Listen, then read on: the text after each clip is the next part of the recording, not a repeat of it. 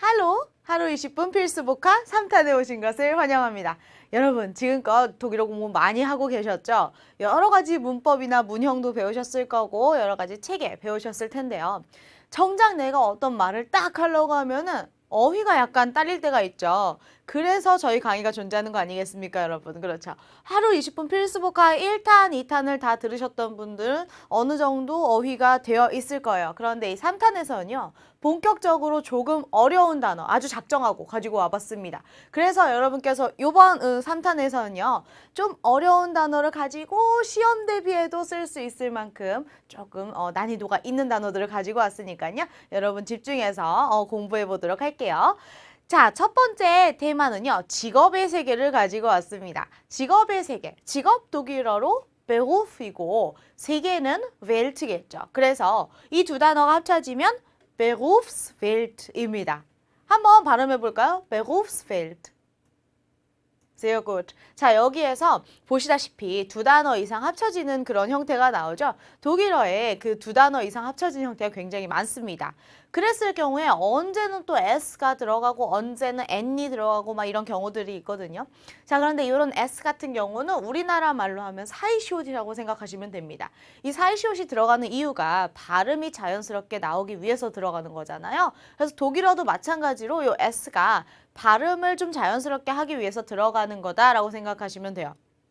Berufswelt, Berufswelt. 뭔가 약간 마찰이 일어나거든요. 그래서 요 사이에 살짝 사이시옷을 넣어서 발음을 부드럽게 해주는 거예요. 그래서 여러분께서 두 단어, 세 단어 합쳐보실 때 이렇게 s를 한번 넣어보시고 발음이 자연스럽다 하면 s가 들어가는 게 맞을 가능성이 높고요. 그리고 s를 안 넣어도 발음이 좀 자연스럽다. 그러면 s를 안 넣으시는 게 가능성이 높습니다. 여러분께서 궁금하신 거 있으면 게시판을 적극 활용하시고요. 자, 오늘 첫 번째 테마 직업의 세계를 한번 가지고 와봤습니다. 파트 1에서는요. 우리 직책에 대한 이야기를 조금 해볼 거예요. 자신이 갖는 어떤 회사나 이런 곳에서 갖는 직책 같은 직책에 해당하는 명사들을 한번 공부해 보도록 하겠습니다. 첫 번째로 고용인이라고 되어 있는데 여러분 그림 한번 보세요. 지금 사람을 손으로 이렇게 들고 있죠. 그렇죠? 고용된 사람을 이야기를 합니다. 영어로 하면 인플로이에 해당하는데요. 독일어로는 Angestellter라고 합니다. 같이 한번 발음해 볼게요. Angestellter. Angestellter. Angestellter. Sehr gut. 자, 고용인, 즉 회사원을 Angestellter라고 해요. 여러분께서 사무직이시다, 어떤 회사에 소속된 사람이다 라고 하면 Ich bin Angestellter 하시면 됩니다. 그런데 이거 성이 뭔가요? 남성 명사죠. 그러면 여성형도 있을 거 아니에요? 여성형은 뭘까요? Angestellterin이 아니라 여기에서는요. Angestellte입니다. 여성 명사도 한번 발음해 볼게요. Angestellte. Angestellte. 그래서 내가 여자고 회사원이다 라고 하려면 Ich bin angestellt 하시면 됩니다. 자, 여러분 여기에서 우리가 여러 강의에서 배웠을 거예요. 에어로 끝나면 여자형은 뒤에 in을 붙이면 된다. 여성 명사는 in을 붙이면 된다. 그래서 Freund도 Freundin이 됐었고 이런 거 배웠었는데요. 요거 같은 경우는 지금 왜 이렇게 되냐면 사실 그 동사의 과거 분사가 형용사처럼 쓰이는 거예요. 그래서 그 형용사의 어미 변화의 규칙을 따라갔기 때문에 이렇게 쓰이는 겁니다. 그 원리는 이렇게 알아두세요. 그래서 Angestellter, Angestellt까지가 과거 분사예요. 그 과거 분사가 형용사처럼 쓰이는 거고요.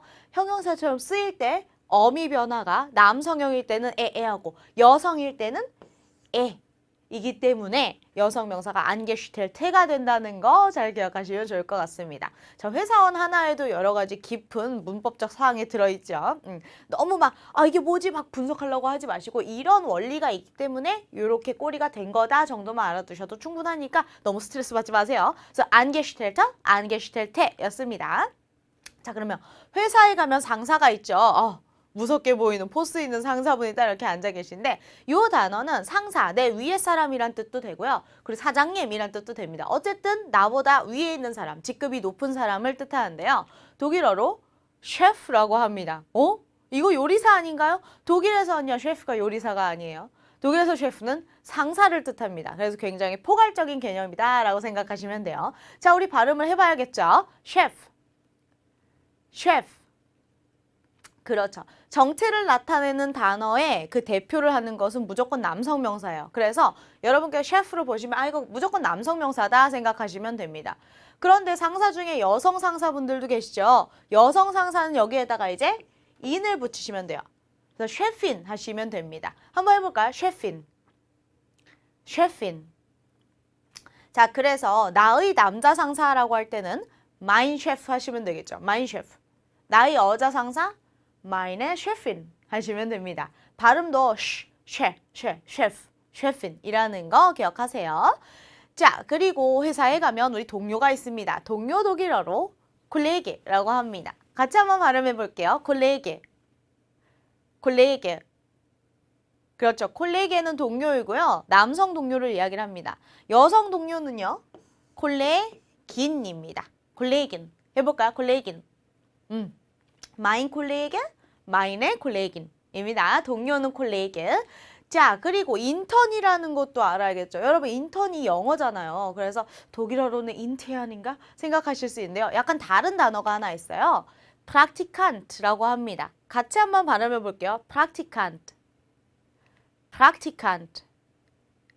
프락티칸트가 인턴이라는 뜻이에요. 약간 느낌이 practice 들어가 있죠. 맞아요. 연관이 있거든요. 그래서 그 직업을 연습하는 사람들이에요. 지금. 그 직업에 실무에 뛰어든 게 아니라 배우면서 연습하고 있는 사람들이거든요. 그래서 프락티칸트는 인턴이고 여성 인턴은 프락티칸틴이라는 것까지 기억하시면 좋을 것 같습니다. 자, 그리고 견습생도 있죠. 인턴과 약간 비슷한 개념인데 그렇죠? 견습생은 독일어로 Auszubildender라고 합니다. 뭔가 좀 길죠? 같이 한번 발음해 볼게요. Auszubildender. Auszubildender.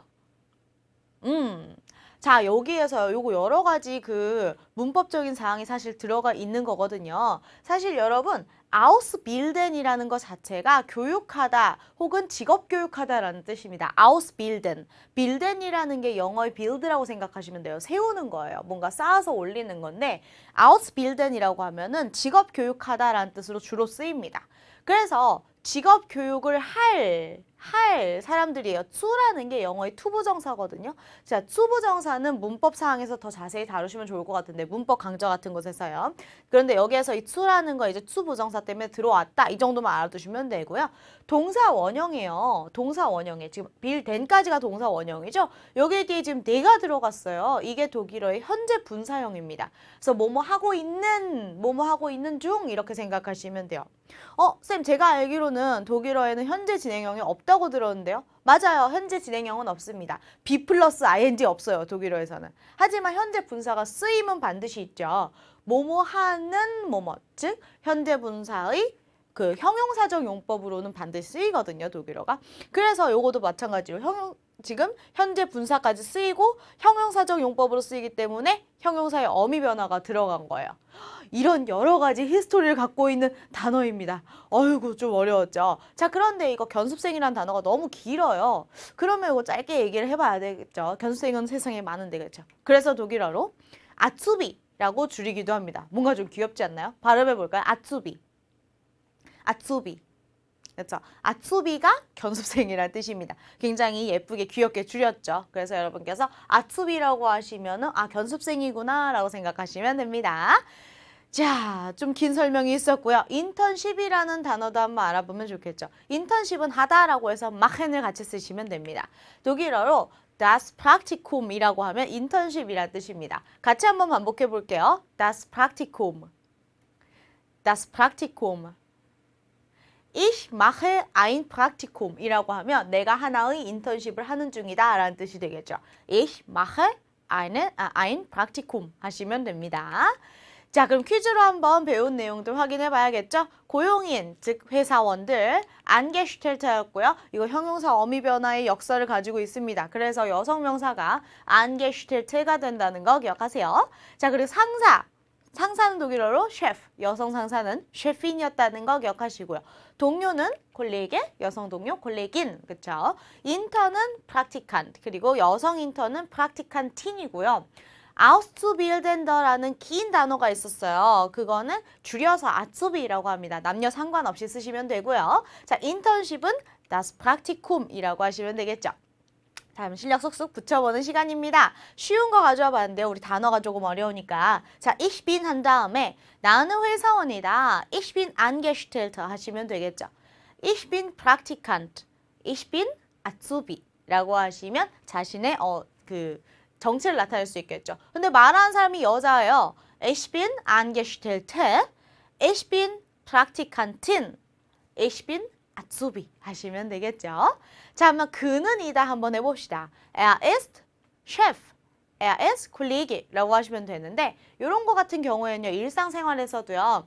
지나가다가 아 그는 상사야 라는 얘기는 잘 안 하고 저 사람 내 상사야 라는 얘기는 하죠. 그러니까 이 상사나 동료 같은 경우는 약간 소유 관사가 필요한 상황이에요. 소유 관사가 필요한 명사들인데 나의라고 해보면 mine 쓰시면 되겠죠? mine.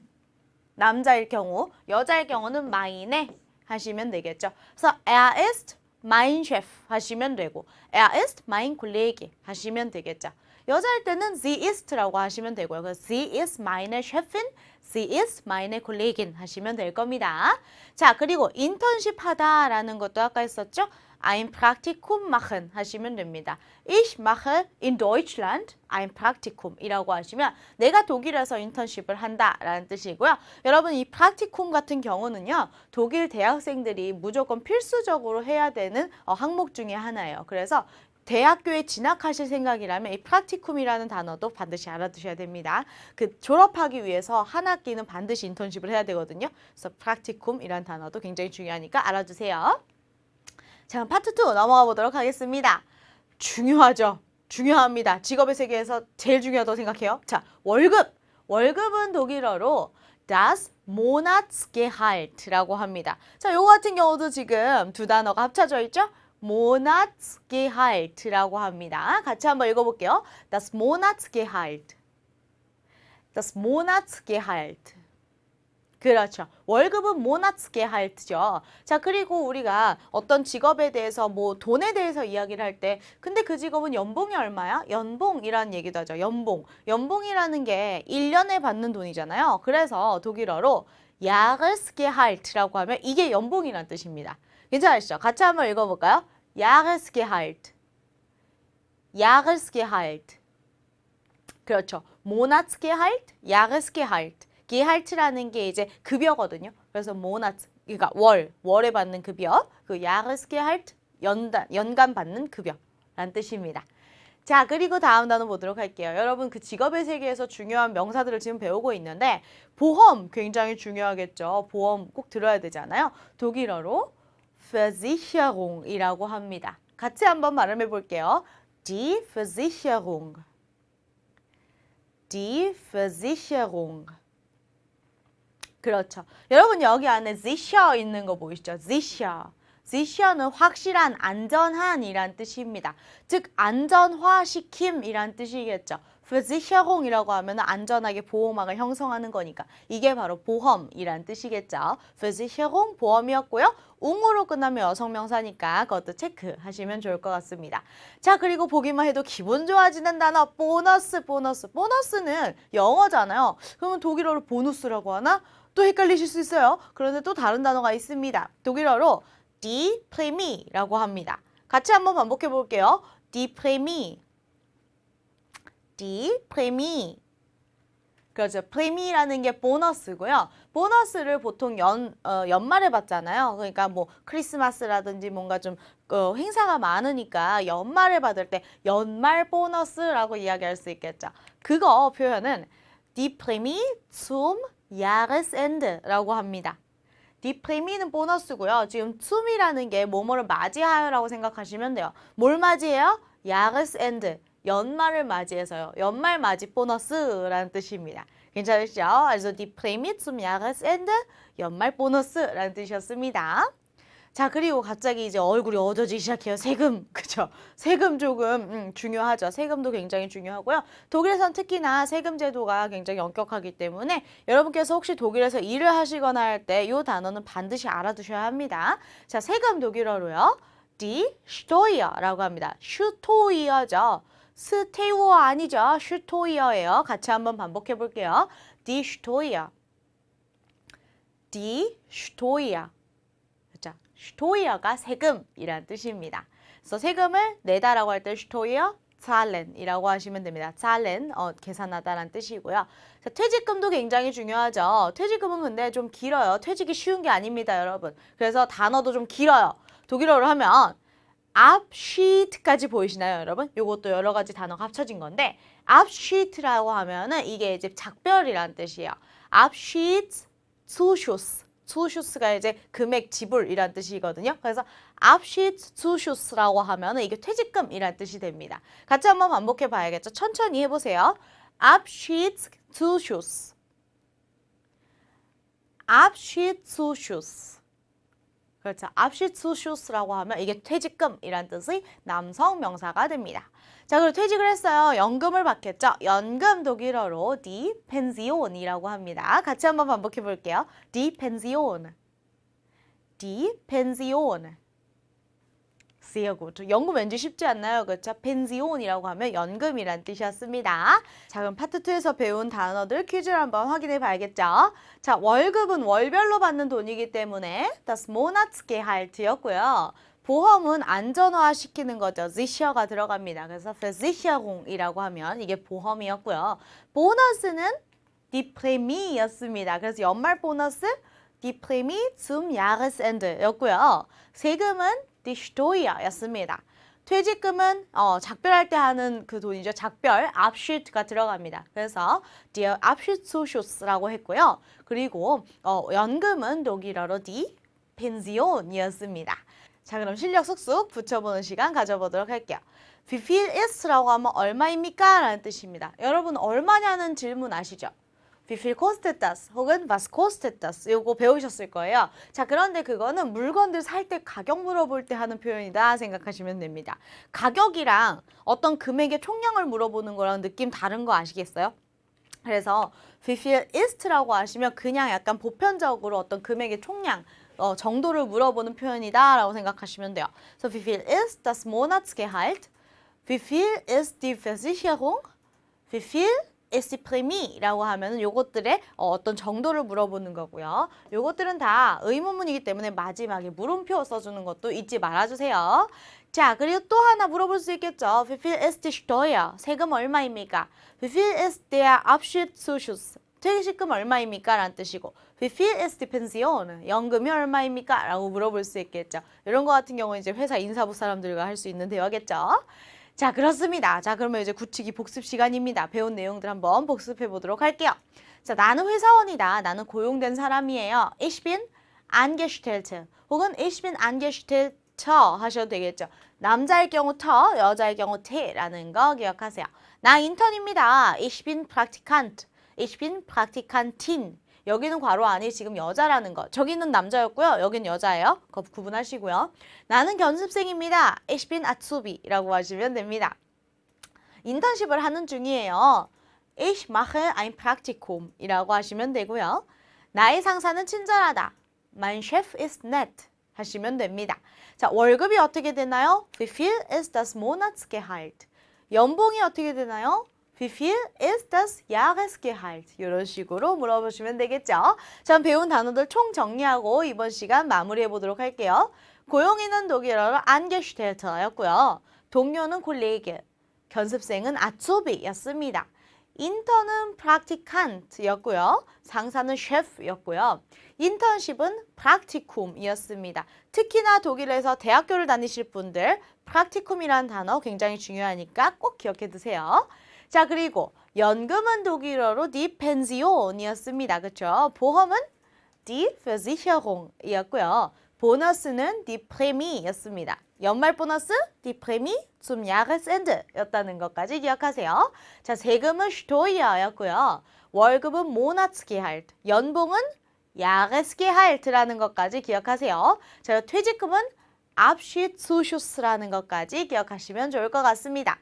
자, 오늘 배운 내용 회사에서 직업의 세계, Berufswelt에 대한 이야기는 여기까지입니다. 여러분께서 더 필요한 단어들 더 있을 수도 있어요. 추가 어휘 필요하시면 질문 남겨주시고요. 언제나 게시판 열려 있으니까 적극 활용해 주시길 바랍니다. 항상 복습하는 거 잊지 마시고요. 20분 강의 들으시고 20분 복습하는 거 잊지 마시고 우리는 이 강에서 더 재밌는 내용으로 만나 뵙도록 할게요. Vielen Dank, Leute. Tschüss.